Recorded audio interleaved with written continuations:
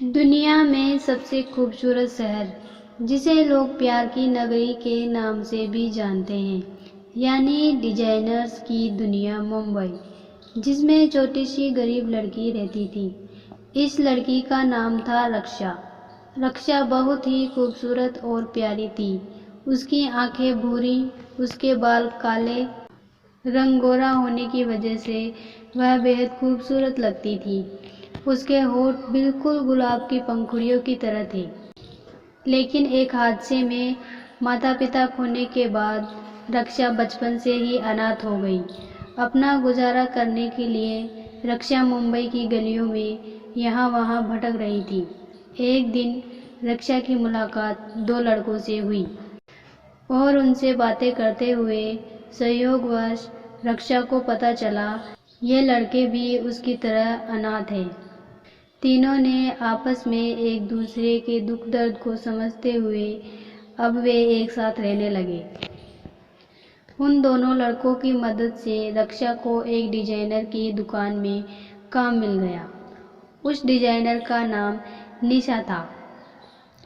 काम मिलने में रक्षा को बिल्कुल परेशानी नहीं हुई, क्योंकि वह ड्राइंग में मास्टर थी और उसे लड़कियों के ड्रेस की डिजाइन बनाना बहुत अच्छा लगता था।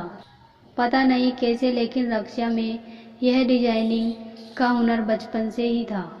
रक्षा द्वारा बनाए गए डिजाइन निशा को बहुत पसंद आते थे। रक्षा के काम करने की वजह से निशा की दुकान काफ़ी अच्छी चलने लगी और देखते ही देखते निशा एक फैशन डिजाइनर बन गई, क्योंकि निशा रक्षा को कभी कोई क्रेडिट नहीं देती थी।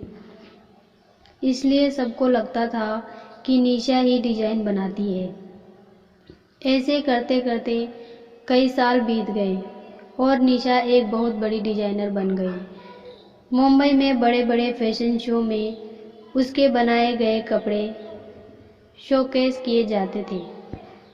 वक्त बदलने के साथ अब रक्षा 20 की हो चुकी थी। रक्षा अब पहले से ज़्यादा खूबसूरत दिखने लगी थी। उसकी खूबसूरत आंखों में देखकर कोई भी डूब जाता था। लेकिन उसकी आर्थिक स्थिति ज़्यादा अच्छी नहीं थी। पर रक्षा को हमेशा यही लगता था कि एक दिन उसकी ज़िंदगी में कोई मैजिक होगा और सब चीज़ें बदल जाएगी। कुछ दिनों में रक्षा का 21वां जन्मदिन आने वाला था। रक्षा को उसके जन्मदिन की बिल्कुल खुशी नहीं थी, क्योंकि हर साल की तरह इस साल भी उसे लग रहा था कि काम करते करते ही उसका जन्मदिन खत्म हो जाएगा। जन्मदिन का दिन आ गया। रक्षा अपने जन्मदिन पर अपनी सबसे अच्छी ड्रेस पहनकर काम पर गई, लेकिन हर बार की तरह उसकी डिजाइन को निशा ने अपनी डिजाइन बताकर सारा क्रेडिट खुद ले लिया।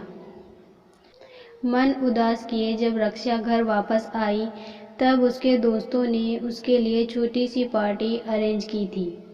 इस पार्टी में रक्षा, उसके दो दोस्त और एक डॉगी था, जिसे रक्षा के दोस्त रक्षा के लिए बर्थडे गिफ्ट के तौर पर लाए थे। डॉग को देखकर रक्षा बहुत खुश हो गई। केक काटते समय रक्षा ने विश किया कि उसकी ज़िंदगी अच्छी हो जाए। उसके बर्थडे के दूसरे दिन जब रक्षा काम पर गई, तब उसने देखा कि सामने गेट पर एक मर्सिडीज गाड़ी खड़ी है। जब वह अंदर गई तब उसे पता चला कि प्रिंस रॉय अपनी बॉल पार्टी के लिए ड्रेस डिजाइन करवाने के लिए निशा के पास आए हैं। प्रिंस के आने से निशा बहुत ज़्यादा खुश हो गई। प्रिंस को देखकर रक्षा शर्माने लगी थी, क्योंकि पहली नज़र में ही रक्षा को प्रिंस काफ़ी पसंद आए थे। जब प्रिंस ने रक्षा को देखा और जब उसकी नज़र रक्षा की ड्राइंग पर पड़ी, तो वह समझ गए कि डिजाइन निशा नहीं बल्कि रक्षा बनाती है। प्रिंस ने निशा को कहा कि आप पैलेस आकर सभी के साइज नोट कर लेना और सबकी पसंद भी पूछ लेना। लेकिन निशा बिजी होने की वजह से पैलेस नहीं जा पाई, जिसकी वजह से उसने अपने असिस्टेंट रक्षा को पैलेस भेज दिया। प्रिंस का पैलेस बहुत ही बड़ा और शानदार था। जैसे ही रक्षा ने पैलेस में कदम रखा तब उसकी आंखें पैलेस को निहारने लगी थी। जैसे जैसे वह आगे बढ़ रही थी, पैलेस बड़ा और बड़ा दिखाई दे रहा था। पैलेस पहुंचने के बाद रक्षा ने एक नौकर को बताया कि प्रिंस ने उसे बुलाया है और वह ड्रेस के सजेशन और साइज लेने के लिए आई है। रक्षा की बात सुनकर नौकर ने उससे कहा कि आप यहाँ इंतज़ार कीजिए, प्रिंस आते ही होंगे। कुछ देर इंतज़ार करने के बाद प्रिंस नीचे आए। प्रिंस ने रक्षा को हेलो कहा और फिर सर्वेंट को सभी लोगों को बुलाने के लिए कहा। प्रिंस के बुलाने पर सभी लोग एक एक करके नीचे आ गए।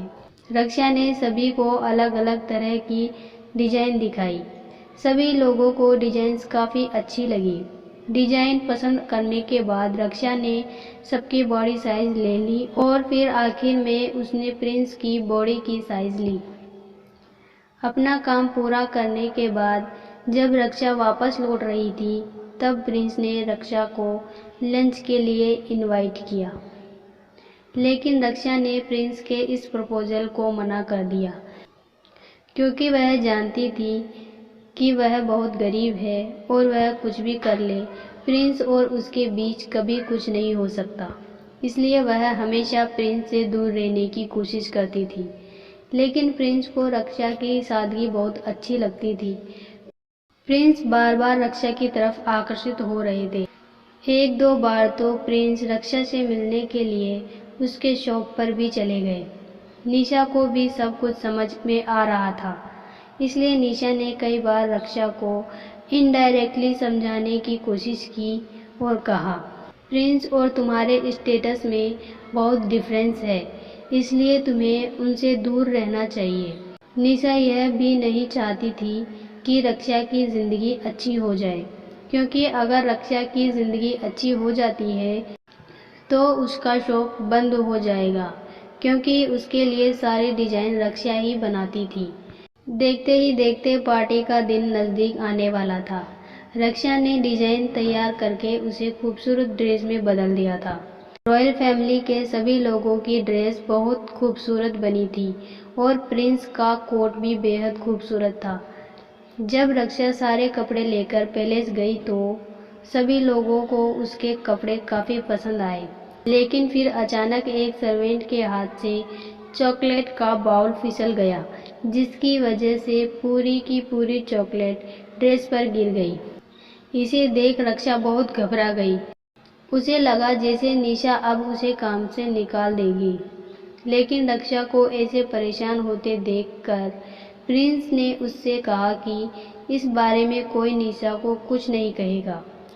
तुम इसे फिर से तैयार कर दो, क्योंकि मुझे पता है कि ड्रेस तुम बनाती हो, ना कि निशा। प्रिंस की इन बातों को सुनकर रक्षा को राहत मिली। रक्षा ने अपनी यह परेशानी अपने दूसरे दोस्तों को बताई और सभी दोस्त उसकी मदद करने के लिए तैयार हो गए। प्रिंस भी रक्षा की मदद करने के लिए आ गए थे। सभी लोगों ने रात भर काम किया और सभी ड्रेसेस को ठीक कर दिया। प्रिंस ने निशा को अपनी पार्टी में इनवाइट किया था। साथ ही साथ उन्होंने रक्षा को भी इस पार्टी में आने का इनविटेशन दिया, लेकिन निशा ने रक्षा को बहुत सारी बातें सुनाई और उसकी बहुत इंसल्ट की ताकि रक्षा पार्टी में ना जाए। रक्षा बहुत ज़्यादा उदास थी और वह रो रही थी, क्योंकि उसको प्रिंस काफ़ी अच्छे लगते थे। वह अब प्रिंस को प्यार करने लगी थी और इस दुख में वह बहुत ज़्यादा रोने लगी। रक्षा की इस हालत को देखकर उसके दोस्त और उसके डॉगी को बहुत बुरा लग रहा था, इसलिए उसके दोस्तों ने मिलकर उसके पुराने डिज़ाइन में से सबसे खूबसूरत डिज़ाइन चुनकर उससे रक्षा के लिए एक खूबसूरत ड्रेस तैयार की। ड्रेस तैयार करने के बाद रक्षा के दोस्तों ने उसे पार्टी में जाने के लिए प्रोत्साहित किया। अपने दोस्तों को ऐसी कोशिश करते देख वो उन्हें मना नहीं कर पाई और रक्षा अपने दोस्तों द्वारा तैयार किए गई ड्रेस को पहनकर पार्टी में चली गई। रक्षा को पार्टी में देखकर निशा बिल्कुल हैरान थी, क्योंकि पार्टी में आए हर एक इंसान की नज़र सिर्फ रक्षा पर ही टिकी हुई थी, क्योंकि ब्लू कलर के गाउन में रक्षा एक प्रिंसेस की तरह लग रही थी। उसे देखकर कोई नहीं कह सकता था कि वह एक गरीब फैमिली से बिलोंग करती है। पार्टी में रक्षा को देखकर प्रिंस बहुत ज़्यादा खुश हो गए और फिर प्रिंस ने रक्षा को डांस करने के लिए पूछा। इस बार रक्षा प्रिंस को मना नहीं कर पाई, बल्कि वह उसके साथ डांस करने के लिए चली गई। डांस खत्म हो जाने के बाद प्रिंस ने अनाउंस करके कहा कि निशा कोई डिजाइनर नहीं है, बल्कि असली डिजाइनर तो रक्षा है। पार्टी में प्रिंस ने सभी को वह वीडियो दिखाए जिसमें रात रक्षा और उसके सभी दोस्त पार्टी के ड्रेसेस तैयार कर रहे थे। इस वीडियो को देखकर सभी को यकीन हो गया कि असली डिजाइनर रक्षा है। यह सुनकर सब निशा के ऊपर शक कर रहे थे और उसे बुरा बुरा कह रहे थे। लोगों की बातों को सुनकर निशा ने अपनी गलती स्वीकार की और सभी चीज़ों का क्रेडिट रक्षा को दिया। पार्टी के बाद प्रिंस ने रक्षा को शादी के लिए प्रपोज किया।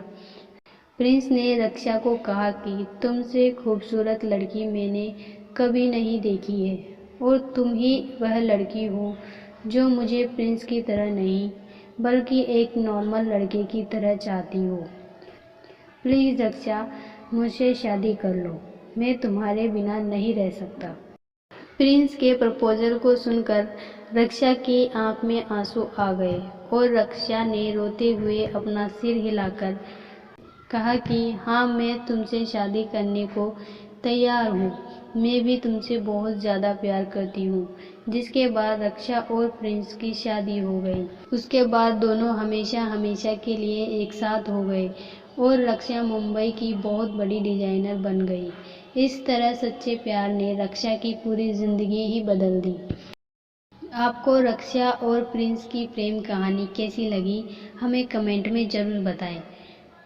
कहानी अच्छी लगी हो तो लाइक, शेयर और चैनल को सब्सक्राइब करना बिल्कुल ना भूलें। धन्यवाद।